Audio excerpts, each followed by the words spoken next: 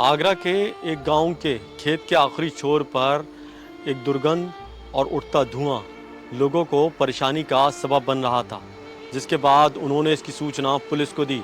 मौके पर पुलिस पहुंचती है। खेत के आखिरी छोर पर नीला ड्रम रखा था, वहीं एक लाश जल रही थी। लाश इतनी जल चुकी थी कि उसकी पहचान कर पाना मुश्किल थी। उसके बदन के कपड़े भी जलकर खाक हो चुके थे। नमस्कार, रियल फाइल की आज की खास पेशकश में मेरा नाम है मुनीब जैदी और आज की कहानी है आगरा के मलपुर गांव की। आगरा का मलपुरा गांव वैसे तो शांत और सुकून भरा माना जाता है, लेकिन 20 फरवरी की सुबह कुछ ऐसा हुआ जिसने गांव में सनसनी फैला दी। गांव के खेत में एक छोर पर लाश पड़ी थी और लाश पूरी तरह जल चुकी थी। उसके पास से दुर्गंध आ रही थी। स्थानीय लोगों ने पुलिस को सूचना दी। मौके पर पुलिस पहुंचती है तो देखती है कि लाश बुरी तरह जल चुकी है। उसकी पहचान कर पाना मुश्किल हो रही थी क्योंकि लाश अब खाक में तब्दील हो चुकी थी, लेकिन पता नहीं चल पा रहा था कि ये लाश किसकी थी। वहीं पुलिस की अग्नि परीक्षा थी। पुलिस स्थानीय लोगों से पूछताछ कर रही थी, छानबीन में जुटी थी कि आखिर ये लाश किसकी है, क्योंकि लाश खाक में तब्दील हो चुकी थी। उसकी पहचान कर पाना मुश्किल थी, इसलिए ना ही उस गांव में सीसीटीवी थे जिससे लाश की पहचान हो सके।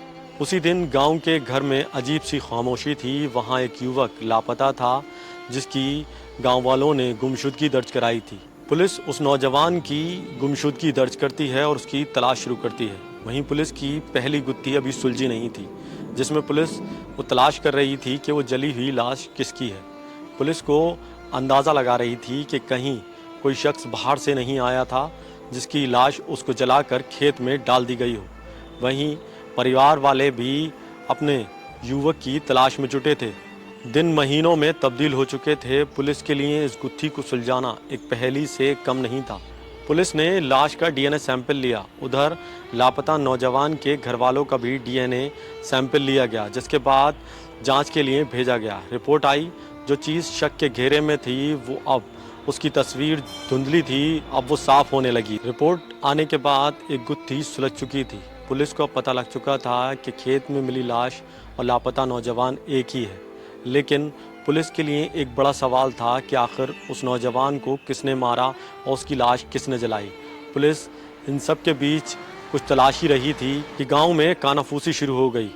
आपस में लोग बात कर रहे थे कि इनका कोई करीबी भी है जो इनका करीब से रिश्तेदार लग रहा है, लेकिन उसके दिल में जहर पल रहा था।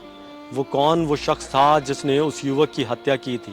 कई सवाल अभी भी कटघरे में थे। हालांकि न सीसीटीवी थे, न कोई गवाह था और न कोई सुराग, लेकिन पुलिस अभी भी उस युवक की तलाश में जुटी थी कि आखिर उसको किसने मार दिया। कई महीने बीत चुके थे, लेकिन पुलिस के हाथ कोई सुराग नहीं लगा था। पुलिस के हाथ अभी भी खाली थे। पुलिस अब नौजवान के पड़ताल में जुट चुकी थी। वो जानना चाह रही थी कि आखिर नौजवान की पढ़ाई कहाँ से हुई, नौजवान का दुश्मन कौन है। इसके अलावा उसने कई सुराग और तैयार किए। वो शख्स गांव में मिठाई की दुकान चलाता था। लोगों का कहना था कि उस शख्स और नौजवान के बीच आपस में मिठाई को लेकर कुछ दिन पहले कहासुनी हुई थी, जिसमें काफ़ी देर तक उन दोनों में आपस में झगड़ा भी हुआ था। बस पुलिस की शक की सुई वहीं आकर रुक जाती है। पुलिस उस शख्स और नौजवान के बीच हुए लड़ाई को आम और मामूली झगड़ा समझ रही थी, लेकिन पुलिस जब उसकी तह तक जाती है तो पता चलता है युवक के मोबाइल और ऑडियो क्लिप्स में उसका झगड़ा काफ़ी बढ़ गया था। वो बातचीत जो थी काफ़ी रंजिश में लग रही थी। हालांकि दोनों के बीच काफ़ी रंजिश पुरानी बताई जा रही थी। पुलिस अब सारा खेल समझ चुकी थी। पुलिस ने उस शख्स को उठाया जो लापता नौजवान का फूफा लगता था। पुलिस ने थाने में ले जाकर उससे सख्ती से पूछताछ की, जिसके बाद उसने बताया कि उस नौजवान ने उसकी बेटी के आपत्तिजनक फ़ोटो और वीडियो ले लिए थे, जिसके बाद वो लगातार उनकी बेटी को ब्लैकमेल कर रहा था। इसी के चलते उसने ये सख्त कदम उठाया। इज्जत और बदले की आग में फूफा ने ये खौफनाक कदम उठाया। फूफा ने बताया कि उसने अपनी दुकान पर नौजवान को फ़ोन करके बुलाया, जिसके बाद वो नौजवान उसकी दुकान पर आया।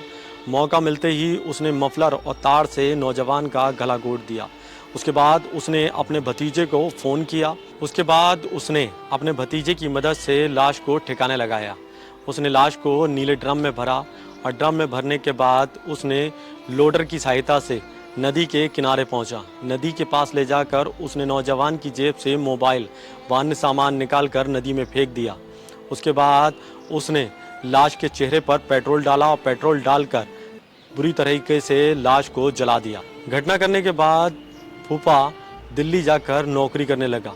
उसने सोचा कि उसके ऊपर शक ना आए, इसलिए उसने गांव छोड़ दिया और गांव छोड़कर चला गया ताकि गांव वाले सोचें कि फूफा रोजगार के लिए दिल्ली चले गए हैं। कहते हैं सच छुपाने की कोशिश जितनी लंबी चले उसका सच उतने ही धमाके से बाहर आता है। यहाँ पुलिस की तारीफ करनी होगी। पुलिस ने 20 महीने में इस ब्लाइंड गुत्थी को सुलझा लिया। इस कहानी का उद्देश्य किसी के दिल को ठेस पहुंचाना नहीं बल्कि लोगों को जागरूक करना है।